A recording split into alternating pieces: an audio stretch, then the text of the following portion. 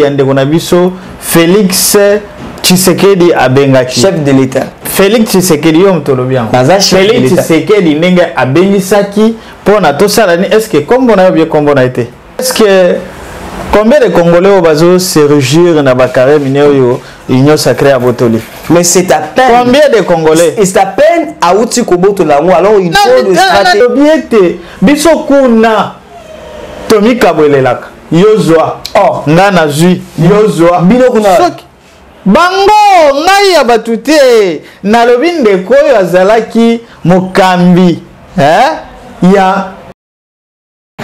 Voilà, le plaisir est immense de vous avoir ainsi nombreux, très chers fidèles téléspectateurs, bonjour et puis bienvenue dans cette grande émission Parlons Vérité Toloba Bosolo avec votre humble serviteur Plati Lukaou, l'intelligence au service de son travail. Kakandenge na lobaka, à chaque fois vous nous voyez liboso yaba télévision na bino ezalaka kaka pona ko informer bino. L'actualité nous oblige de parler, l'actualité nous oblige de vous dire certaines vérités. Restez branchés, connectés sur Mopaya TV, votre chaîne des références. Désormais, à partir d'aujourd'hui, vous commencerez à suivre Parlons Vérité avec Plati Lukaou sur votre meilleure chaîne Mopaya TV. Comme d'habitude, aujourd'hui, je reçois pour vous quelqu'un, Yamutouya Mingi.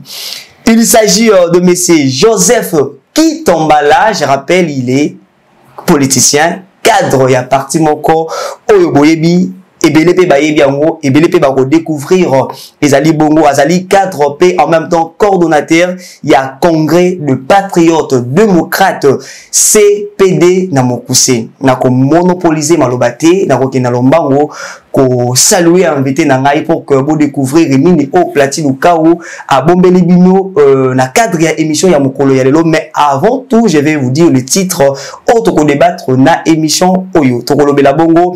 L'actualité politique Constant Moutamba au Ekangi, monde entier, Afrique en général, le monde n'en parle même pas. Motonio Saza, Aza Koluka Ayeba, Nini Oeza Kolobama, na Nzela ya Constant Moutamba.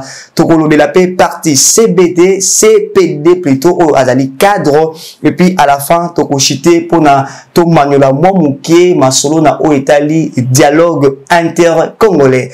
À la réalisation, Jordan Mbaki, coup de chapeau à vous. Restez branchés jusqu'à la fin, vous serez satisfaits. Bonjour, messieurs Kitombala. Bonjour, messieurs les journalistes. Merci, na lolengo ndimi invitation nanga.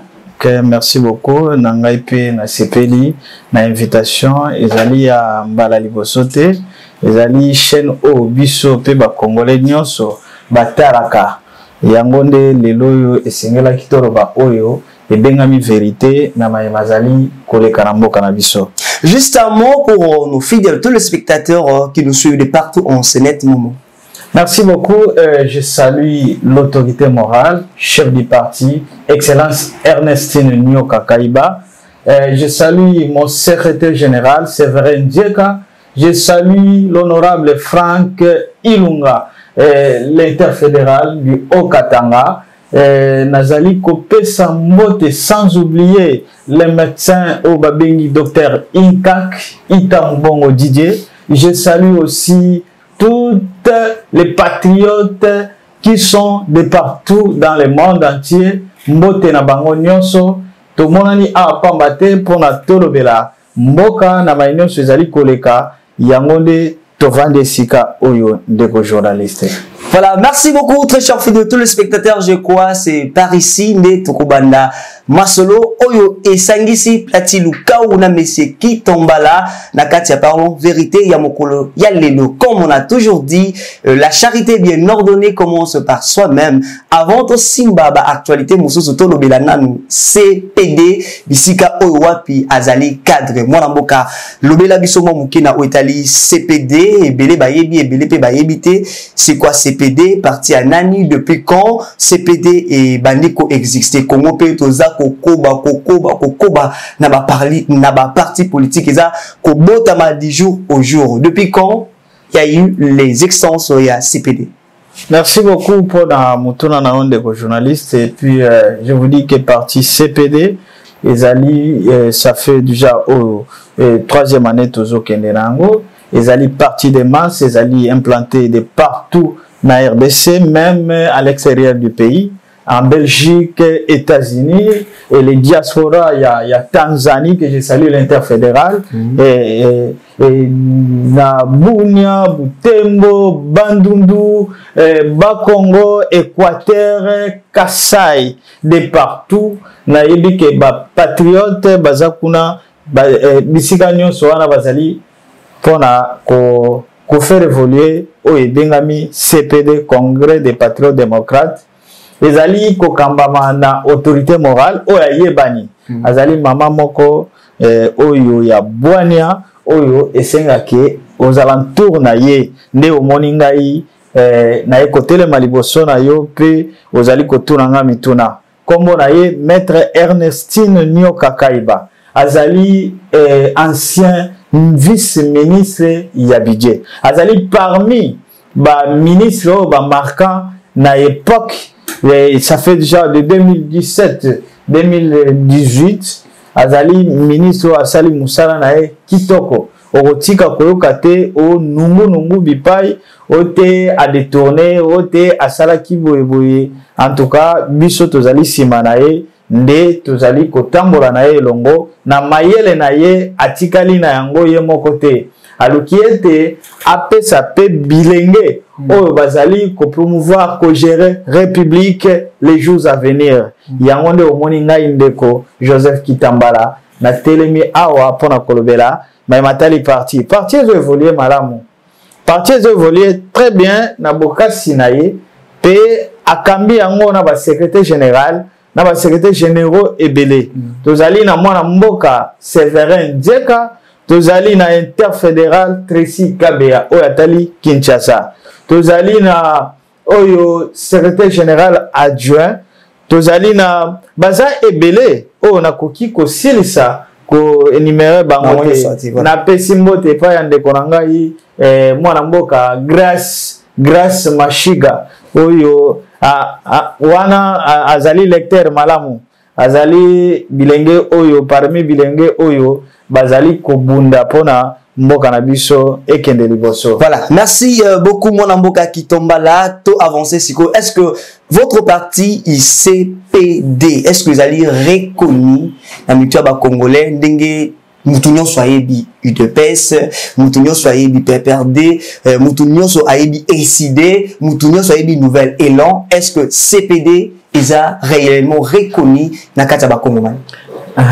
Est-ce que CPD yebani lelo ozali na moko ya cadre ya parti CPD ça signifie que yebani peut-être ceux qui CPD yebani te belenga na yo tovandi boyete to solo la mwana mboka CPD ezali implanté de partout, je le répète, de partout dans le monde ezali parti moko oyo ezana batu bilenge ba mikolo banani ba différentes catégories professionnelles na 3 ans pas biso tozali mais kokama te na 3 ans pamba mais ezali na bilenge oyo bazali ko réfléchir pour na mboka boni ko ikozala de partout te yango nde na lobi epai na yo CPD ezali kobanga te ezali de partout donc ba manifestation soko lingi ba image na koyi zela soki to silisi entretien na kotikela yo ba image po tala ke ya solo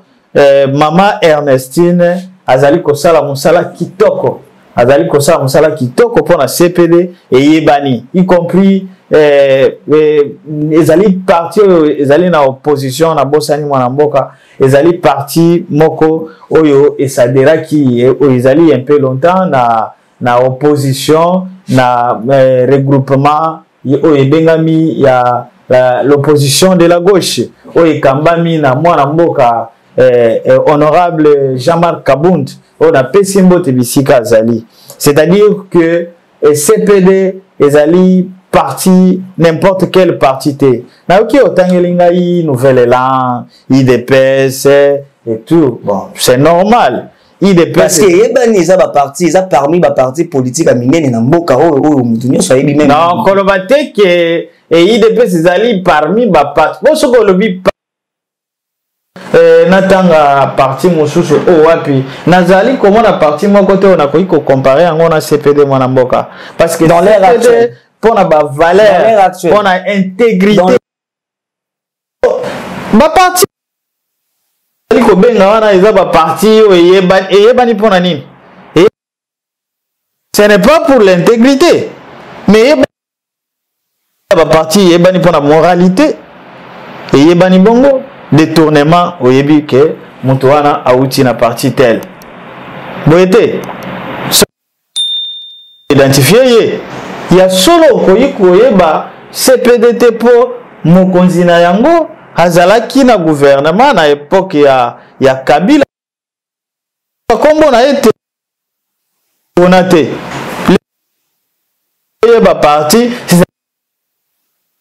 à détourner. Mais si vous dites ça, parti politique union sur Yambo Ezali n'a pas détourné, mais ce n'est pas ce qu'on constate sur le terrain quand même. Ah ben, ce qui n'a pas aussi n'a pas dit que oh on a lobby Ezali réalité. Voilà, merci beaucoup. Avant Tokomawana, parce que nous allons y arriver pour Tolobele Ango, mais comme si l'autre fois vous étiez dans l'union sacrée. Alors comment aujourd'hui vous vous retrouvez directement dans l'opposition? Parce que les politiciens n'habitent pas vous travaillez pour na poste, mais vous travaillez pour l'intérêt de la population. Une fois la plateforme Oyozalaki, poste était directement tu te révoltes contre plateforme. Est-ce qu'ils ont les quatre nabino? Merci beaucoup pour na mutuna na yo ndeko plati. J'aimerais vous dire ceci. Biso tozali ba patriote, c'est-à-dire biso patrie de Renyaka. Et là à liboso il fallait koyeba ete politique ya mboka na biso batebele ba mona ngo na lolenge na bango. Biso tozalaki na union sacrée. Oui, tozalaki na union sacrée. Tokoti union sacrée parce que tokadai ko répondre na appel o yande kona biso Félix Tshisekedi abengaki chef de l'État. Félix Tshisekedi yo mtolobian. Félix Tshisekedi ndenge abengisaki pona tosala ni est-ce que kombo na yo bien kombo na été. Kombo na Félix Tshisekedi. Bien sûr mais Félix abengisaki bon ndenge lobi nyoko. Ndenge na lobaka na ndenge yo zolingela chef de l'État voilà abengisaki. Tokai ko sadere to moni Félix azande kona biso. Aza congolais lokola ngai. Na yo. Tolobi lokola aza congolais ndeko na biso azui oyo population si réellement epesi pouvoir. Tokende lokola bengisi kete to sangana to sangisa makanisi na biso pona intérêt ya congolais. Voilà. Tokei to sadere Excellence Ernestine andimi kokende ko répondre na appel na ye ya déjà union sacrée. Ndeko na ngai to koti kuna na union sacrée je vous dis. Mais oh, maman on a bengaka union salité, hein, je crois, il a appelé comme ça. Maman moko je crois en internet a benga union ça. Mais toi qu'on a te découvrir mais il y a pas de sérieux. Il y a pas de sérieux. Les gens se tiraillent pour les postes, les gens là-bas se partagent des moyens de la population congolaise. Alors les choix étaient de se retirer. Excellence a vu que vraiment les gens ici qui sont aux alentours, il y a le président de la République, ils ne sont pas là pour l'intérêt de la population.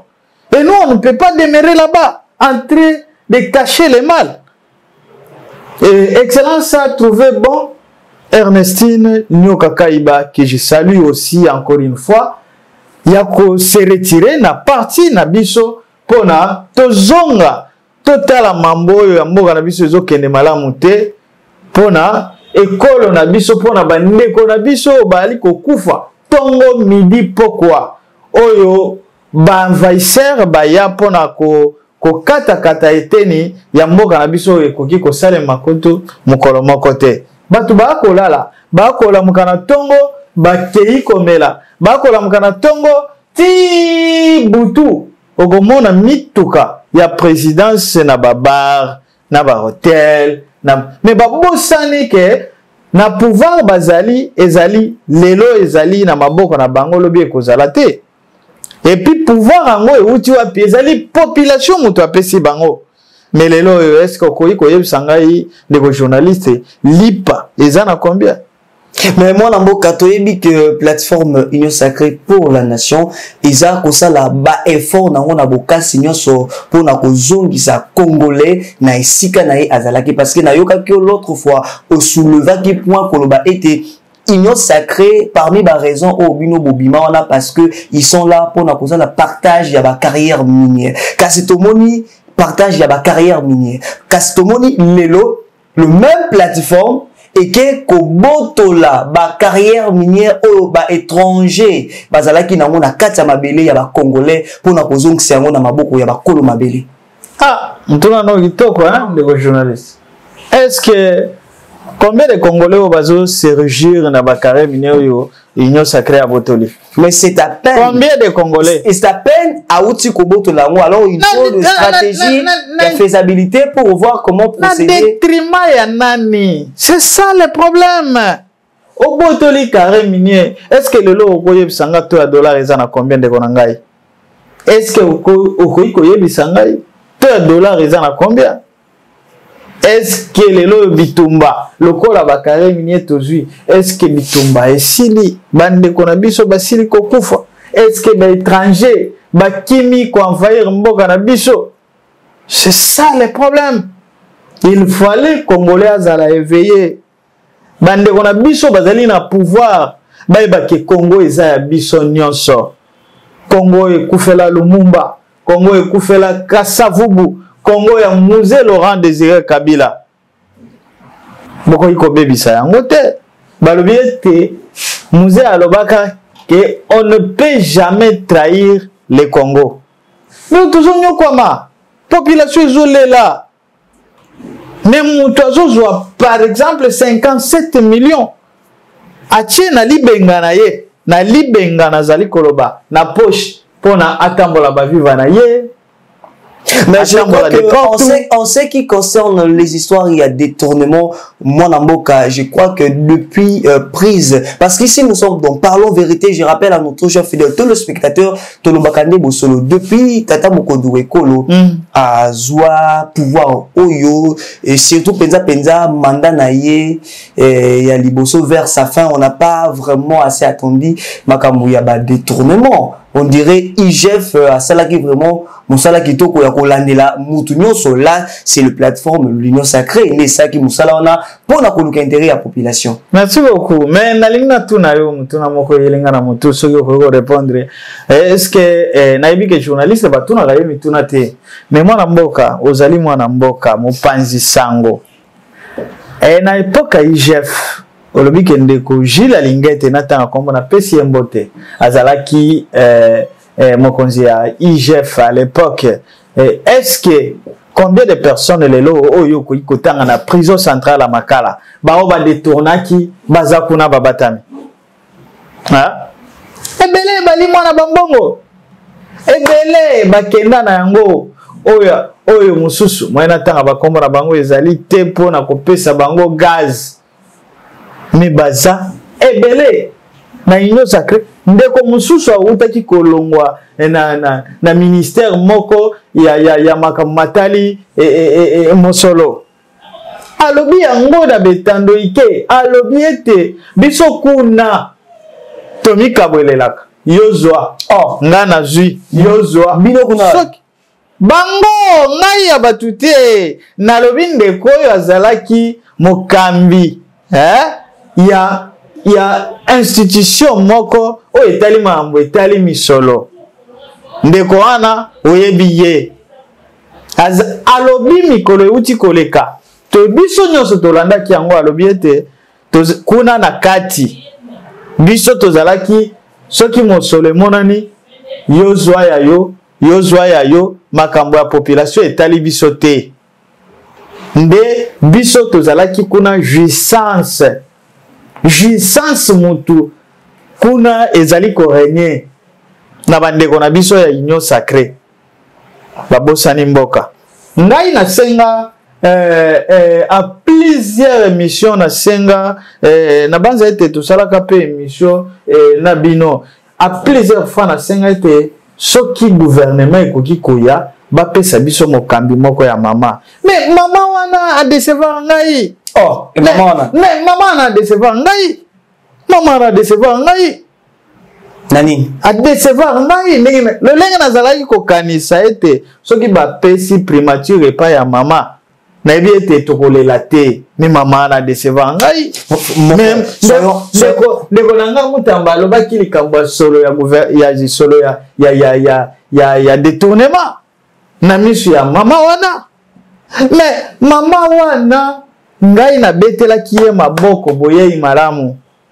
Mama komi oh batangi ye kotoy oh batangi ye ko ndeko mutamba uti kotanga ye ndeko mutamba uti kotanga ye mais mama yeta normalement ngana kanisa kinete mama ko kende na démission na ye atiki akei ko répondre na justice mais maman mona na quitté voilà moi na mboka tata mokondu we kolo na bokasi na ye auti ko sala remaniement ya gouvernement tomoni a reconduire ba ministre mususu o ba mouye mayo pour l'intérêt à population parmi ba ministre wana tomoni susu premier ministre na biso mama Sominwa o asali mosala kitoko na gouvernement Sominwa hein la confiance wana de tata Mokonda reconduire ye. Mais quand vous êtes en train de dire que maman ministre n'a pas bien travaillé, mais alinga qui a la reconduit comment? Parce que tout le monde chef de l'État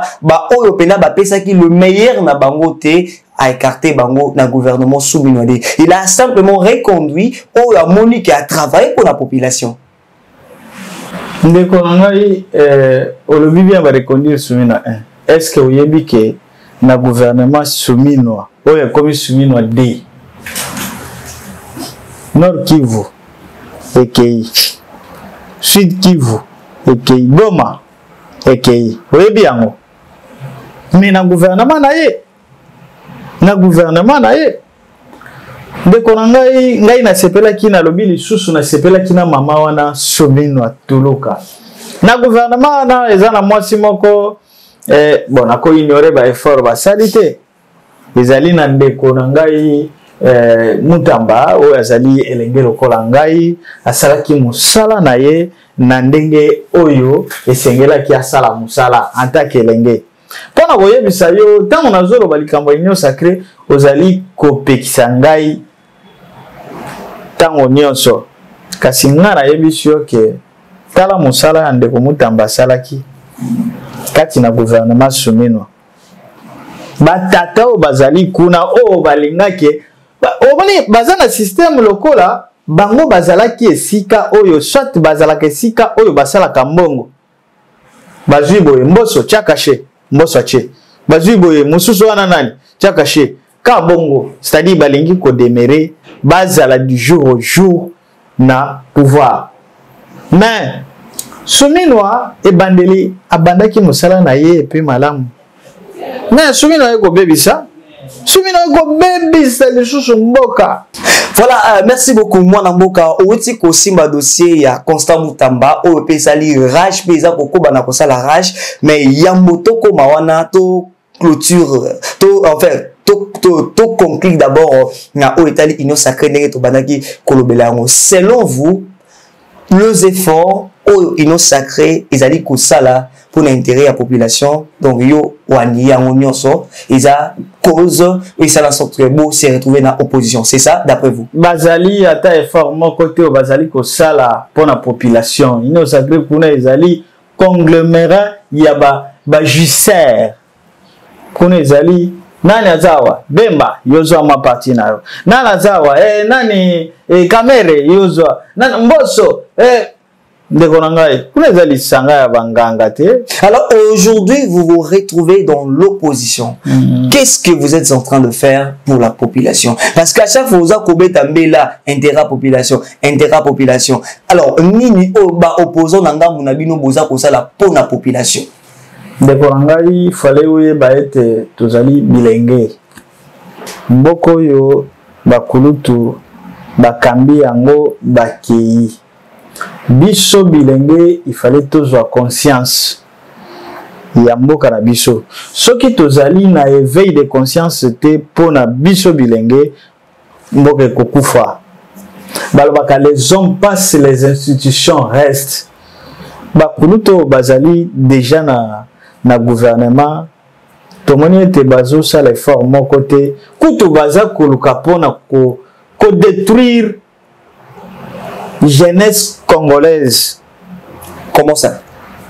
Mais parce que ça les na bango msala eza malamu te. Et ça les na bango exemple les jeunes exemple ba poste pe baza ko travailler na gouvernement poste, il faut voir bazu ba poste. Et bazu ba poste za lolenge nini. Et puis gouvernement on ba sala musala nini bazo sala. Bilenge wana ozoloba wana. Na yelenge na lobi na yelenge moko ya sala ki musana kitoko na est-ce que na ignorer hein? Na ignorer yete na lobi ndeko mutamba asala ki musala na ye malamu. Bravo pour na ye. Tangelanga elenge mususu asali musala.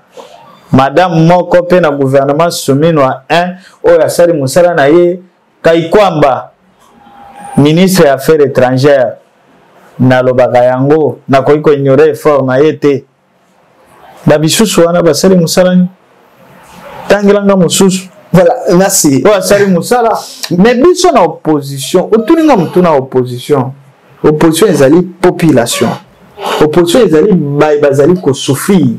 Opposition ezali bazali ko tambola na balabala ya kolia ezali te, ma ezali te. Je crois que lelo est-ce que lelo tosokoli ma ezako bimate ma ezo bimate régie des eaux ma ezate courant ezate sikoyo population ezako lela biso to vandi to lelongo na population tozali bato bazali na côté ya peuple congolais tozali na kati ya gérance na bango te oba komika bwele la poste tokoyoka mutema likuni ya ndenge nini Congo eza ya biso nyonso.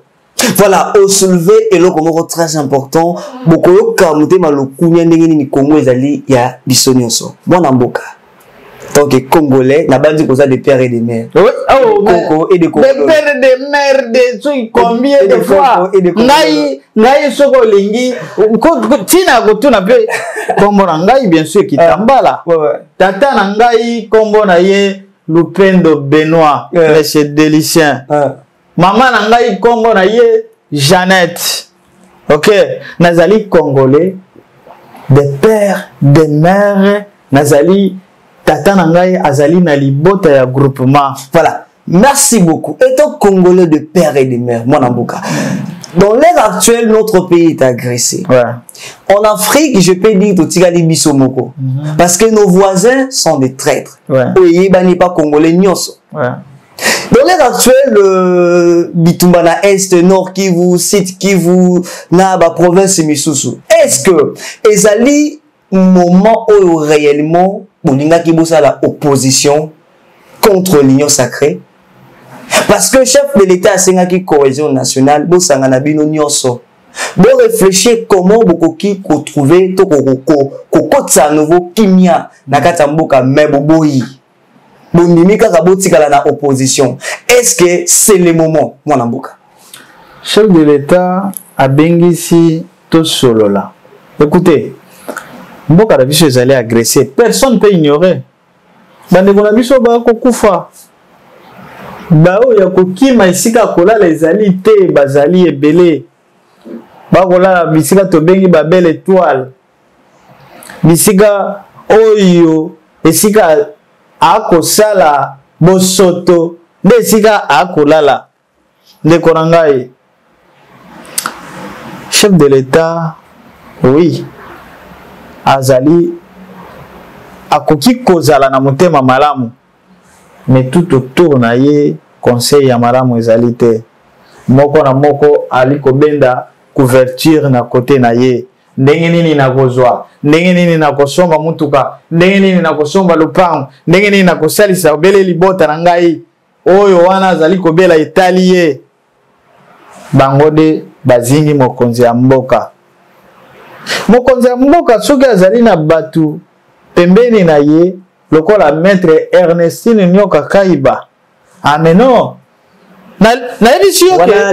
Na ebisi yoke. Non non, na ebisi yoke. Yoka, non, na vice chef de l'État te. Yoka, omoni Ernestine Nyoka, une femme de valeur. Une femme de valeur. Oyo population ezozela les jours à venir. Soki batu nyonso bazala lokola mama wana mbele biso bana Congo tolelaka pamba te. Mama nazozwa mosolo oya moke azana yango akopesa borfelin akosalisa bato oyo bazangi mai akotisa bacourant na mboka oyo akotambola na baprovince akolela elongo na baye bakufeli akokende este kotambola atambolaka Bandundu Équateur Kasai partout pona kosonga baye bazali kolela na bango elongo tala motema lolenge wana mais azali na pouvoir te kasi sikoyo outi koloba nanga ke bozalaki bino moko nde mutu bolongwe sikoyo oza ko se plaindre sur ndenge ni nazali nazali ko se plaindre te mais nazali ko éclaircir yo ba valeur ezali kati na yena bonne foi o ndenge azali ndenge asungaka ba congolais nde na lobby bato nyonso bazali na gouvernement fallait pas se soucier. Balata souci wana ndenge maman alata kango pour la population. D'accord. Alors ma question était celle-ci. Est-ce que Zangonga vous se retrouver dans l'opposition pendant que le pays est agressé au lieu de former un seul corps pour que vous sauviez mon cannabis? Merci beaucoup. Yangonde Ernestine Abeta Kambela.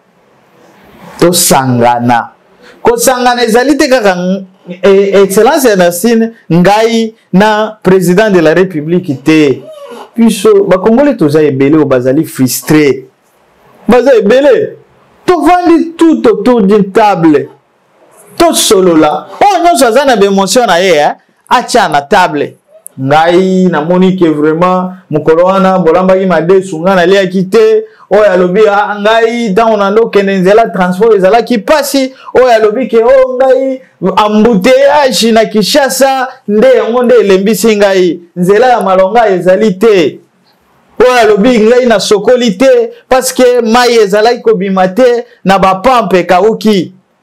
To solo là to vandi na se oh ba bengisi dialogue inter-congolais.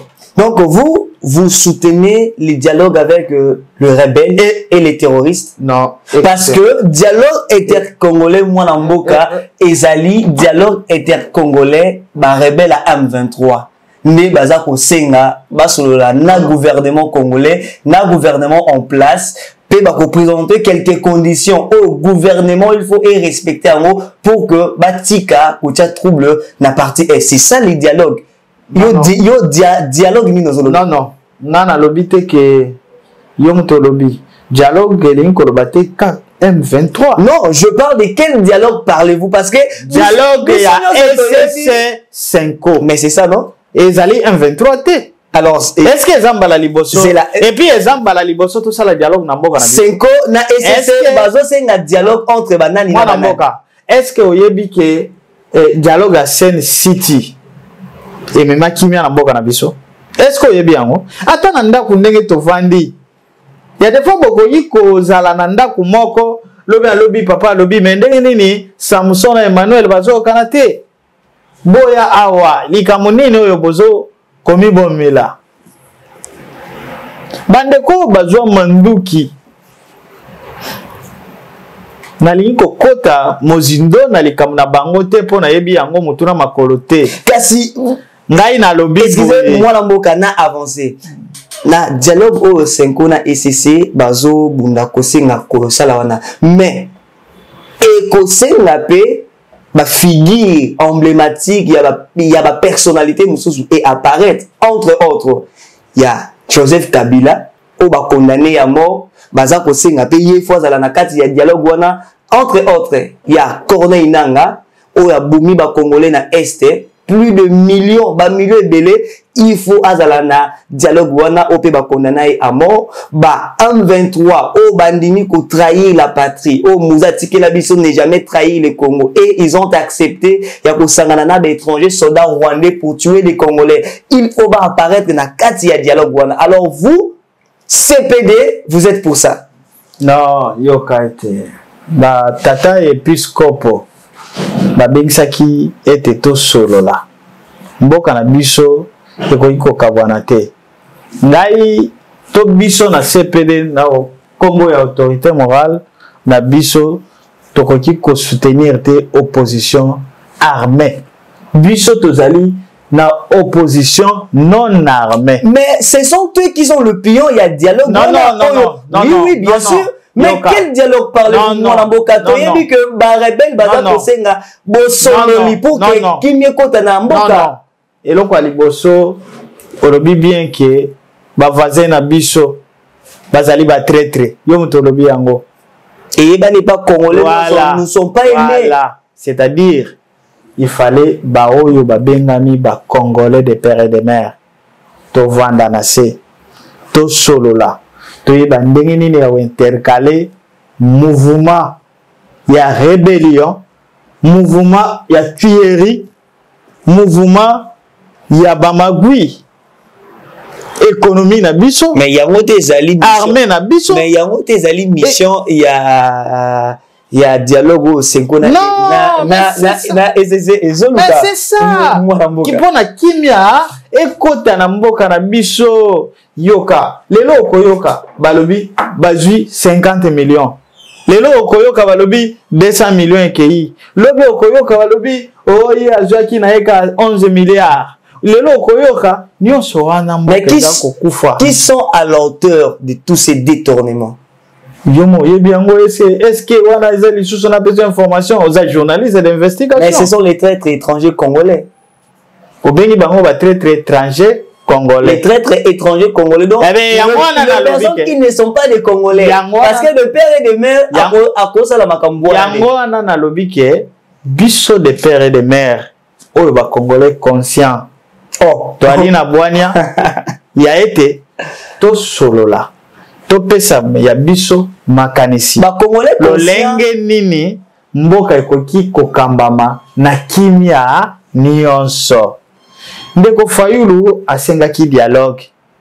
Ndeko bandeko na biso ya SSC 5 basengi dialogue. Ezambala liboso te to sala dialogue na mboka na biso. Ndeko Kitambala oza kolobela kaka dialogue, mais dialogue ngo bokosola na banani pe pona dossier nini za clair parce que ba congolais comme qui hein? Comme qui tozali na ndeko Kabund honorable Jean-Marc Kabund a parlé hein baza ebele ona ko tanga ba Kongo ndeko Fayulu bazali ebele ona ko ikotanga ba Kongo awa na kolemba tala ko kansate ke mutu nyonso azali na bokasi pe na mutema ya kokende kosimba mandoki pona koboma yeba ndeko non mboko oyo bakoko batikela biso bazalaki deja bafuti deja bapri ya makila bafuti deja bakufa avant l'indépendance batikeli biso siko mboka ebongo biso toye to banda ko continuer ko tangisa makila to banda ko continuer ko bongo bandeko na biso mais non. Voilà, merci très cher fidèles téléspectateurs, je crois que nous continuons bientôt là, nous allons chuter. Je rappelle, c'est Platine Lukao à la présentation dans le cadre de cette belle émission. Parlons vérité et longo na mwana mboka qui tombe la wana izaliba analyse selon mon invité. To chuter maintenant, olobeli dialogue parti maintenant plutôt to lobela dossier à Mutamba pour que to chuter. Mais avant cela, Nengena tu na yo question moko ya curiosité, ça m'a échappé.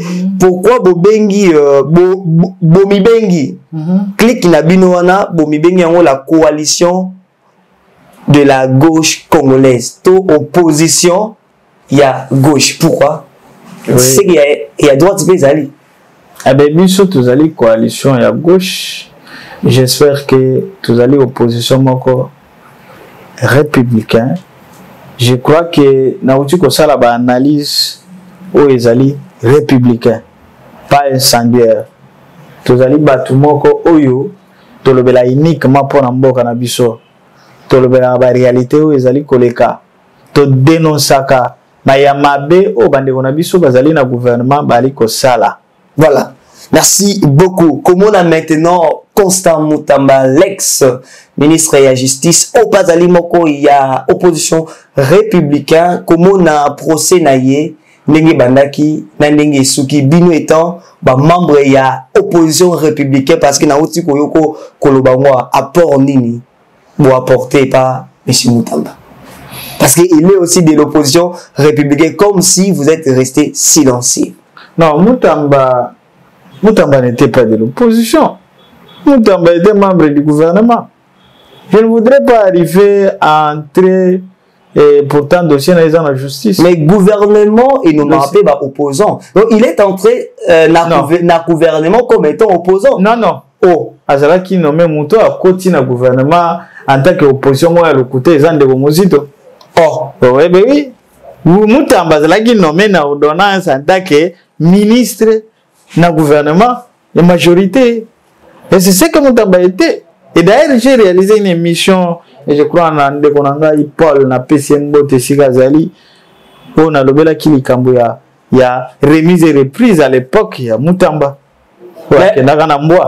Mais, Tikana Koyeba était, de Mutamba, Sali Moussa, Maram, les restes, justice, et ça la Moussala, le lenge oyo union sacrée comment est la tout justice il y a mboka na biso et d'ailleurs chef de Delta aloba déjà que justice est malade mais comme si nana koloba lisusu nini na dossier ya Mutamba ndeko na ngai mais comme si vous n'êtes pas avec lui parce que à plusieurs reprises dans ba discours naie il a toujours dit je suis opposant je fais l'opposition républicaine plusieurs fois mais binobe ba membre ya opposition républicaine comme si vous êtes un peu content na o ekomeli ndeko non moi côté après ko sepela na malheur ya ndeko na surtout Mutamba azape congolais lokolanga et puis azape jeune lokolanga na ko sepela te na malheur moko boye o ekomeli mais sauf que nazali na ba considération ebele pour na Mutamba et puis j'espère que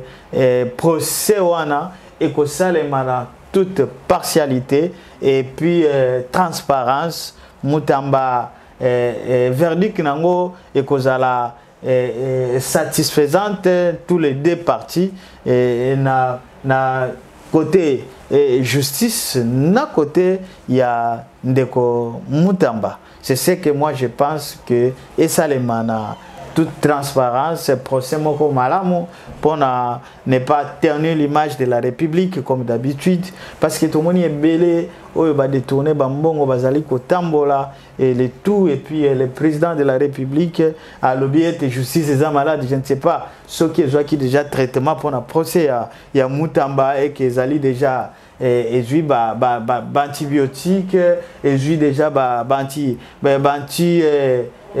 plusieurs maladies na éviter des maladies nini pour na époque Mutamba bakoka kokata yango malamu.